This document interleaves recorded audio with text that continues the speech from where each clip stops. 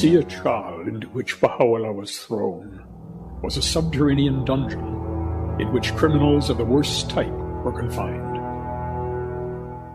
Baha'u'llah himself describes the conditions that prevailed in the Siyah Chal, the black pit of Tehran.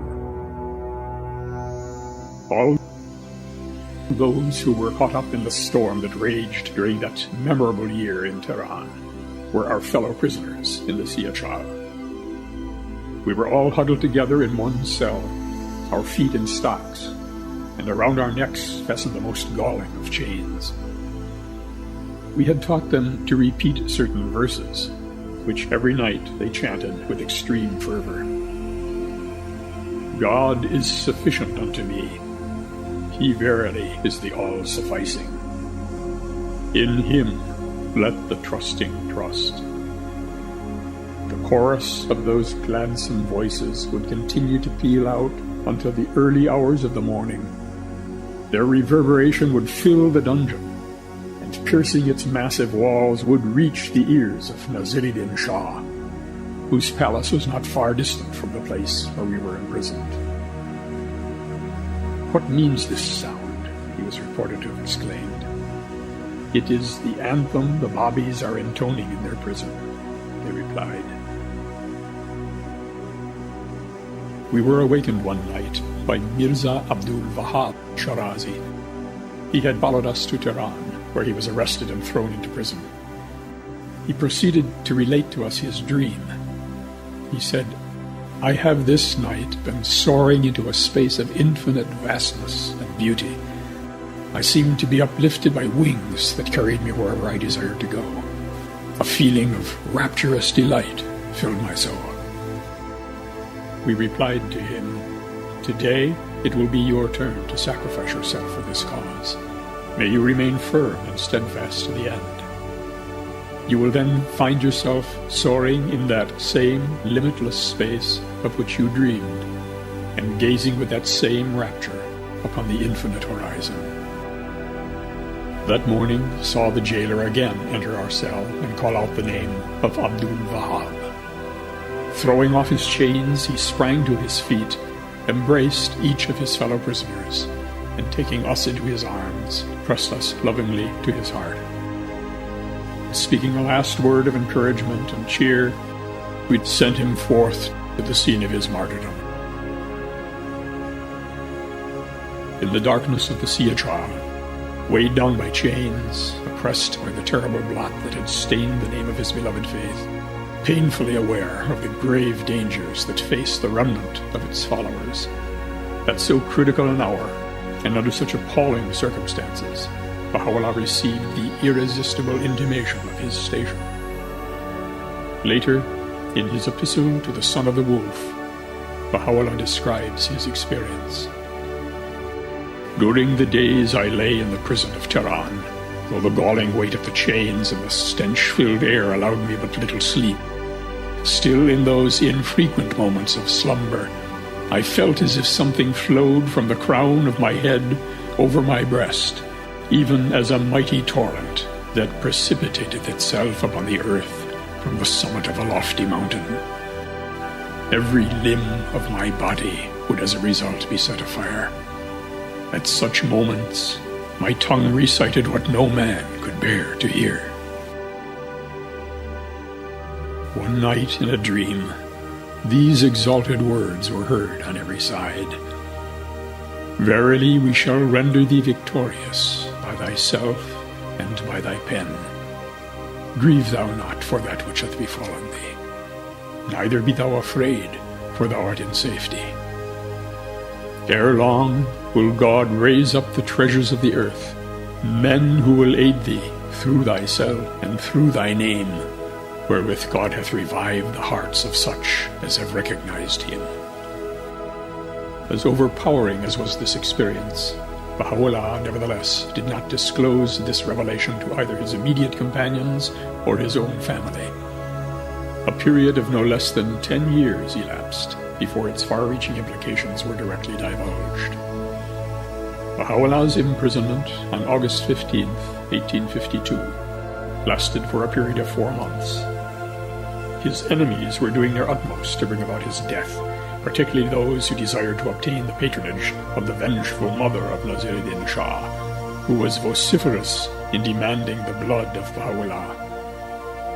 Unable to inculpate Baha'u'llah, they even tried to poison him, but failed in the attempt. The persistent and decisive intervention of the Russian minister, Prince Dolgorukov, who left no stone unturned to establish the innocence of Baha'u'llah, and the unceasing efforts exerted by his own family and kindred, combined to effect his ultimate deliverance from the hands of his rapacious enemies. Still without trial or recourse, he was released from his confinement and banished a month later to Baghdad by edict of the Shah. The Russian minister, as soon as he was informed of the imperial decision, expressed the desire to take Baha'u'llah under the protection of his government and offered to extend every facility for his removal to Russia. Baha'u'llah declined the invitation, preferring exile in the city of Baghdad. He was not concerned with his own life, but rather with the task of rallying the Babi community, now in disarray and hovering on the brink of extinction. Thus began a lifelong exile, which would carry him as far as Constantinople and Adrianople, and end with 24 years of cruel and unjust incarceration in the prison city of Akka in Palestine, in the Ottoman province of Syria.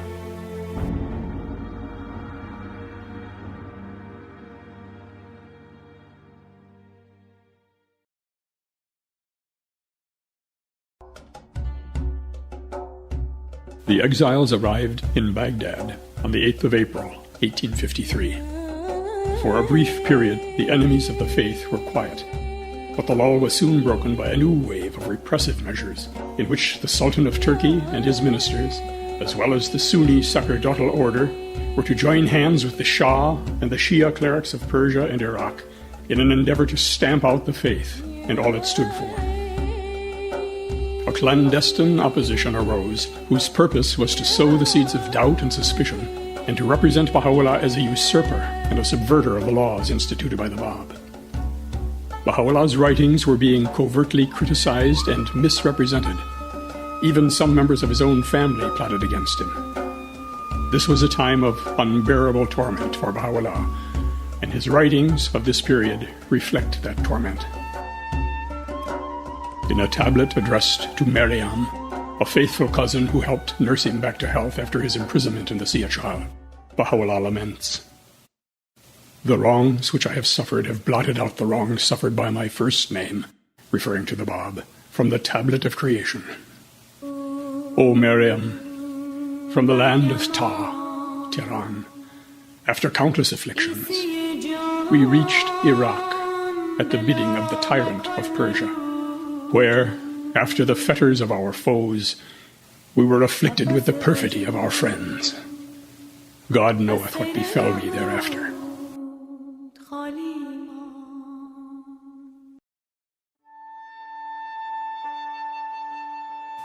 On April 10, 1854, without informing anyone, Baha'u'llah left Baghdad for the mountains of Kurdistan.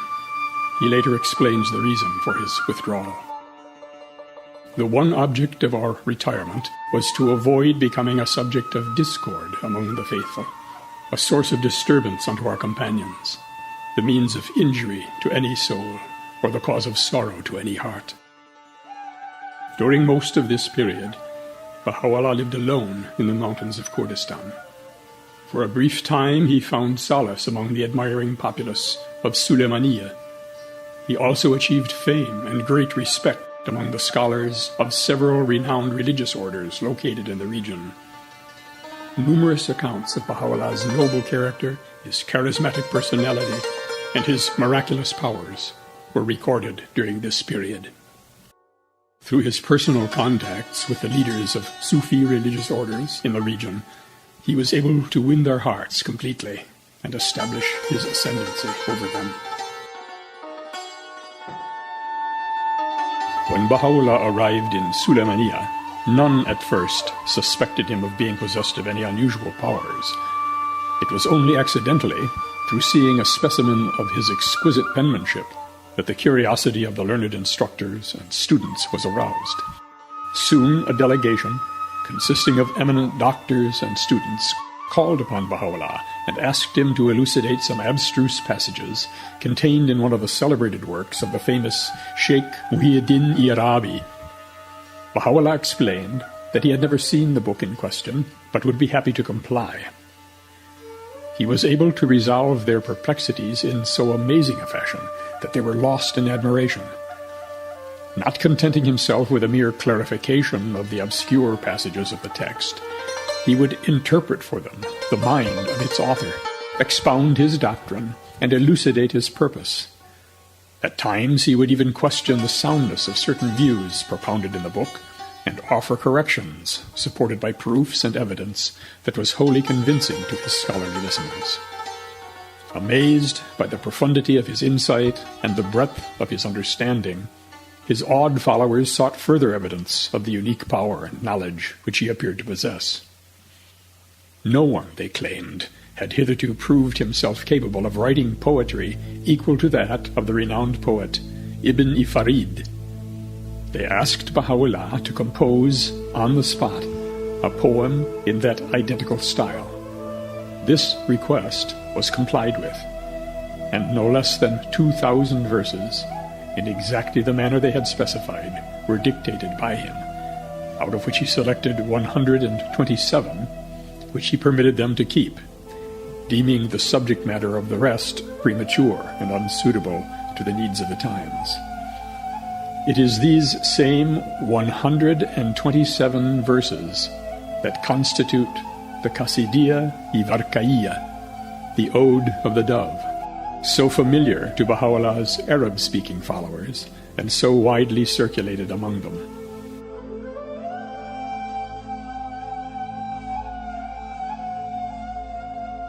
Such was the reaction to this marvelous demonstration of the sagacity and genius of Baha'u'llah that every single verse of that poem was unanimously acknowledged to be endowed with a beauty and power far surpassing anything contained in the works of the celebrated Ibn Farid.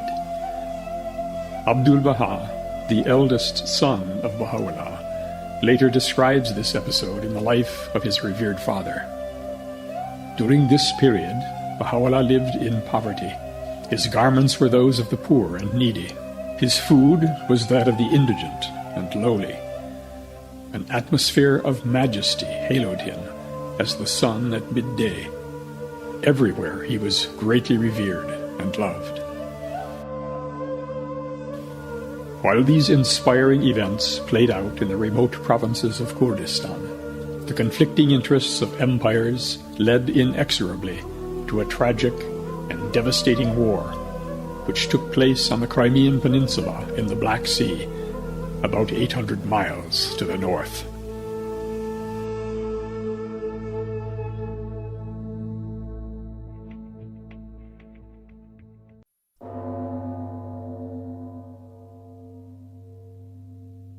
The spark which set off the Crimean War was over possession of a door key.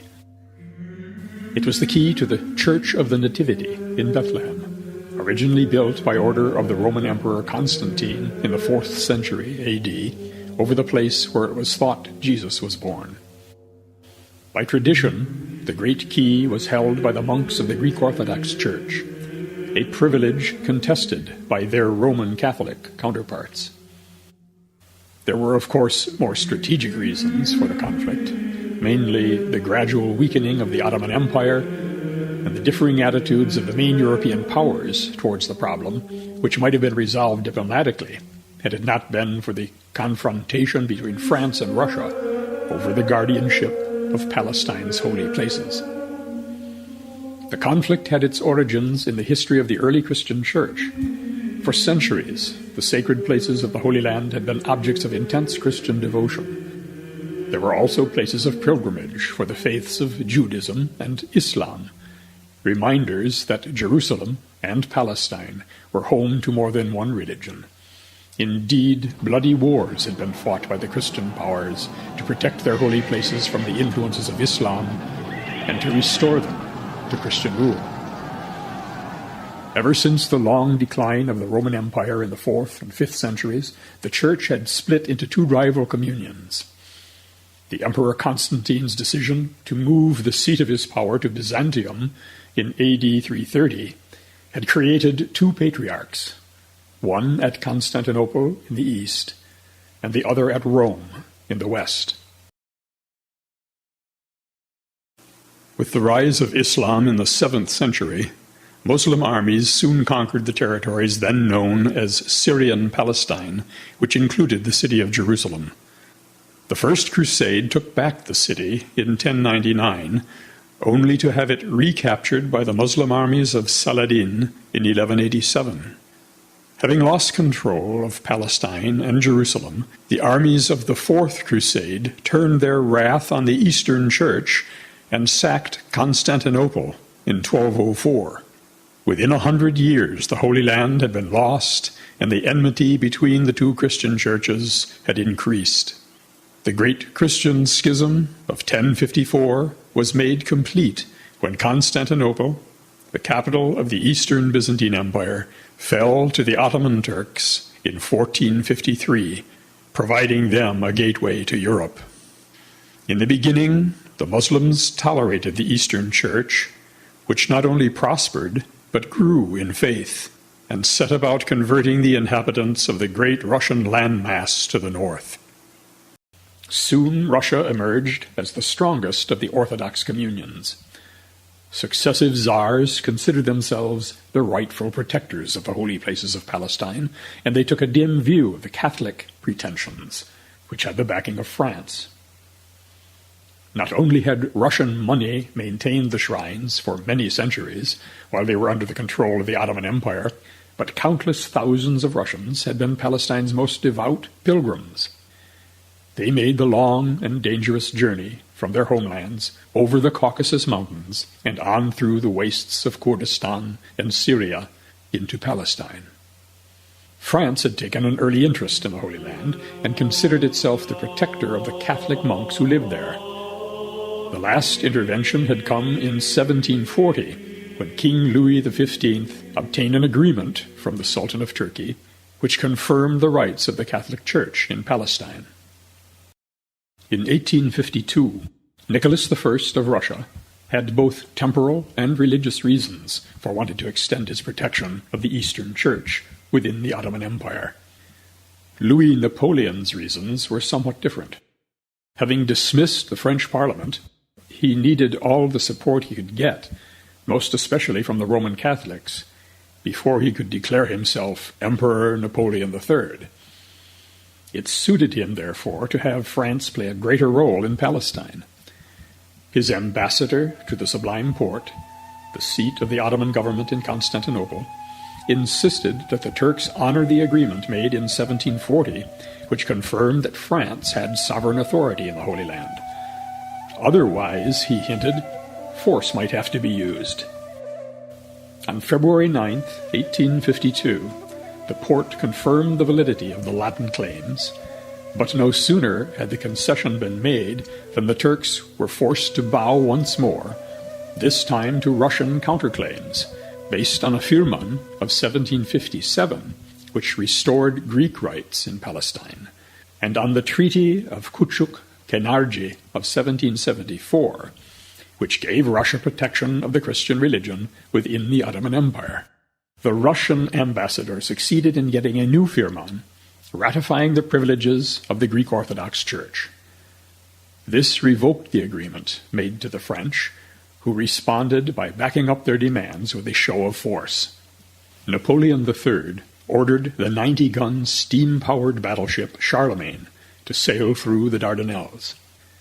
This was a clear violation of the London Convention of 1841, which kept the straits closed to naval vessels, but it also clearly demonstrated French sea power. It was nothing less than gunboat diplomacy, and it seemed to work. Impressed by the speed and strength of the French warship, and persuaded by French diplomacy and money, Sultan Abdul-Majid listened ever more intently to the French demands. In December, he ordered that the keys to the Church of the Nativity were to be surrendered to the Catholic monks. Napoleon III had scored a diplomatic victory, but in so doing set the stage for a dangerous confrontation. Tsar Nicholas was unwilling to accept the Sultan's decision, which he regarded as an affront, not just to him, but to the millions of Orthodox Christians under his protection, and he was determined to have it reversed, if need be, by using force himself. Russia mobilized on the border with the Danubian principalities of Moldavia and Wallachia and laid plans to outwit France on the diplomatic front by courting the support of Britain, at that time Turkey's principal European ally. Britain was still concerned about Russian moves against Turkey and gave the Sultan surreptitious support. In February 1853, Nicholas sent an ultimatum to the Sultan, demanding that the conflict in the Holy Land be settled in favor of the Orthodox Christians. The Ottomans rejected the Russian ultimatum, and in July, Nicholas mobilized and invaded Moldavia and Wallachia, and the Ottomans declared war on October 4th.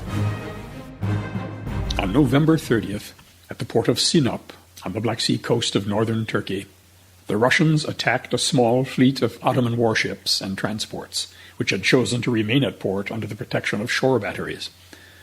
The Turks refused to surrender and were ordered by their superiors to fight to the last man. The wooden Turkish ships burned, and 3,000 Turkish seamen were killed. Then the guns of the Russian ships destroyed the port and its defensive installations. After Russia's attack at Sinop, it was widely believed in Britain that Turkey was unable to defend itself against Russia, and that the Russians had to be defeated.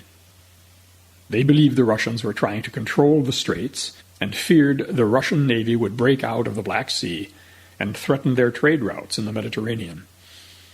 Emotions and patriotism in Britain were aflame, and the British were confident in the power of their navy. By January, a fleet of British and French warships had passed through the straits and into the Black Sea. In March, Britain, France, and Turkey formalized an alliance, and at the end of the month, Britain and France declared war. At the Battle of Balaclava, a suicidal charge of 600 British cavalrymen with swords drawn against Russian artillery in a well-defended position was later immortalized by Alfred Lord Tennyson in his famous Charge of the Light Brigade. This battle symbolized the miscalculation, failure of command, and slaughter that characterized that war. The winter of 1854-55 was miserable for both the Russians and the Allies in the Crimea. British soldiers are described as having been clothed in rags, cold, hungry, and short of everything. In March, Tsar Nicholas I died, and in September, the Russians abandoned their battle areas in the Crimea. The son of Nicholas, Alexander II, was ready to make peace, and so were the Allies. The war, the first, incidentally, to be photographed, came to its formal end in a conference in Paris in March 1856. The treaty signed by Britain, France, and Austria attempted a new international order. It guaranteed Turkey's independence and territorial integrity. The Black Sea was declared a neutral zone, open to all nations, but not to warships.